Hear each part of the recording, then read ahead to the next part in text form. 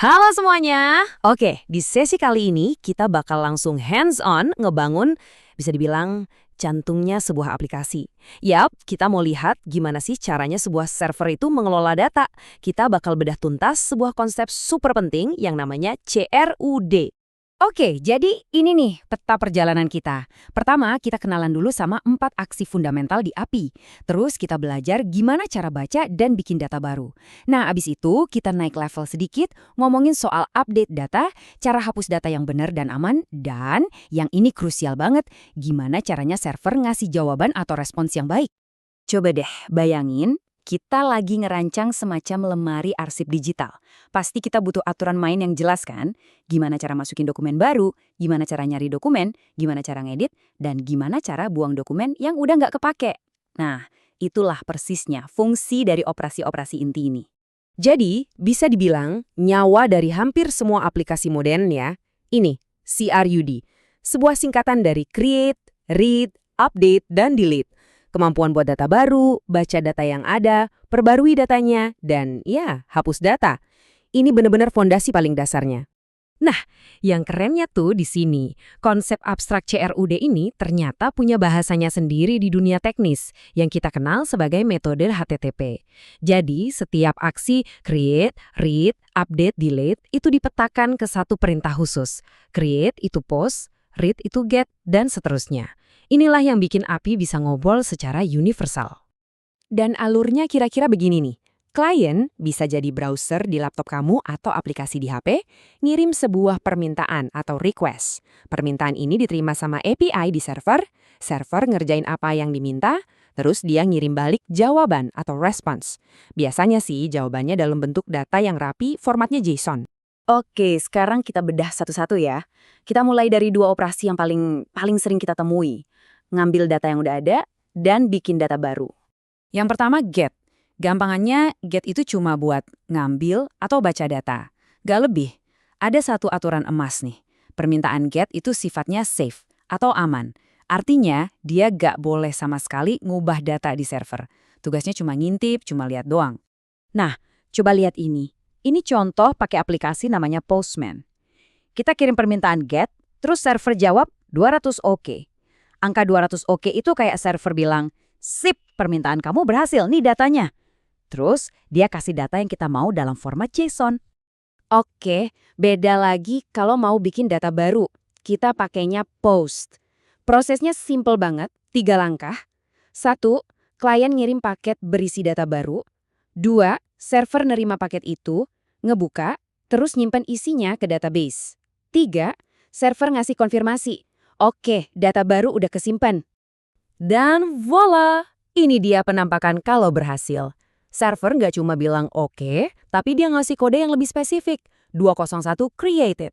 Ini artinya berhasil dan ada sesuatu yang baru dibuat. Biasanya sebagai bukti, server juga bakal ngirim balik data yang baru aja kita buat tadi, lengkap sama ID barunya. Oke, kita lanjut. Gimana kalau mau update data? Nah, ini sedikit lebih menarik karena kita dikasih 2 pilihan alat, put dan patch. Kelihatannya mirip, tapi cara kerjanya beda banget. Tahu kapan harus pakai yang mana itu penting buat bikin API yang efisien.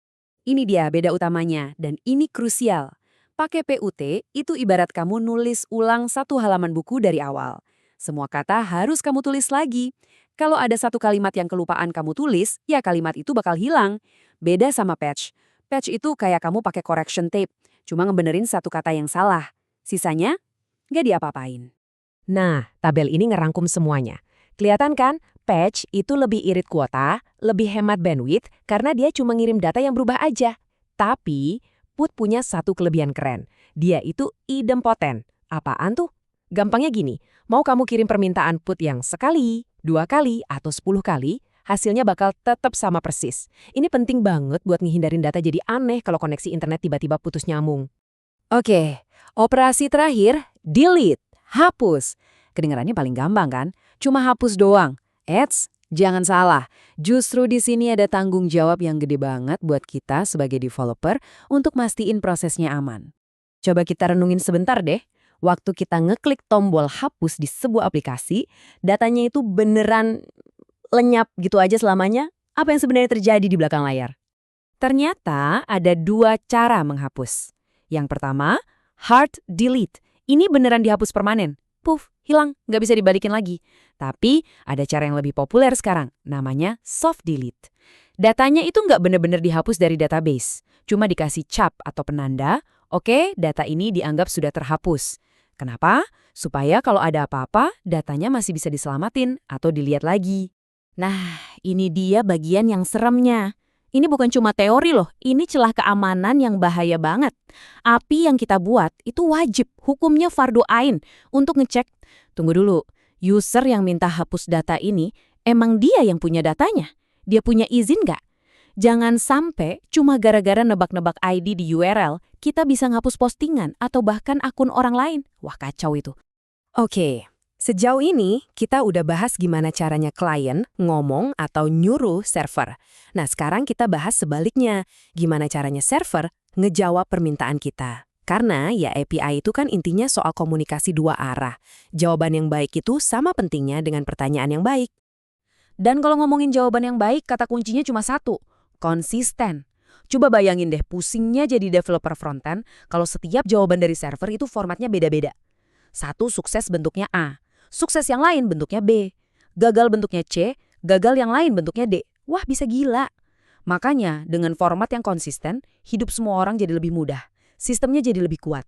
Nah, salah satu cara server berkomunikasi secara singkat dan padat itu pakai kode status HTTP. Anggap aja ini kayak lampu lalu lintas universal. Kalau kodenya kepala 2, 2x, itu lampu hijau, artinya aman, sukses. Kalau kepalanya 4, 4x, itu lampu kuning, artinya ada yang salah nih dari permintaan kamu. Dan kalau kepalanya 5, 5x, itu lampu merah. Waduh, servernya lagi ada masalah, bukan salah kamu. Ini nih, contoh struktur respons yang bagus banget. Lihat deh, mau itu respons sukses atau respons gagal, polanya sama. Selalu ada status. Kalau sukses, isinya ada di dalam data. Kalau gagal, penjelasannya ada di dalam message. Gini kan enak, jadi gampang ditebak dan gampang diolah sama aplikasi klien. Biar lebih canggih lagi, ada praktek yang bagus banget nih. Jadi, backend itu nggak usah ngirim pesan error yang panjang-panjang buat user. Cukup kasih kode aja, misalnya invalid email. Nah, tugasnya front-end lah untuk nerjemahin kode invalid email itu jadi pesan yang manusiawi. Kayak, ups, format email yang kamu masukkan sepertinya salah.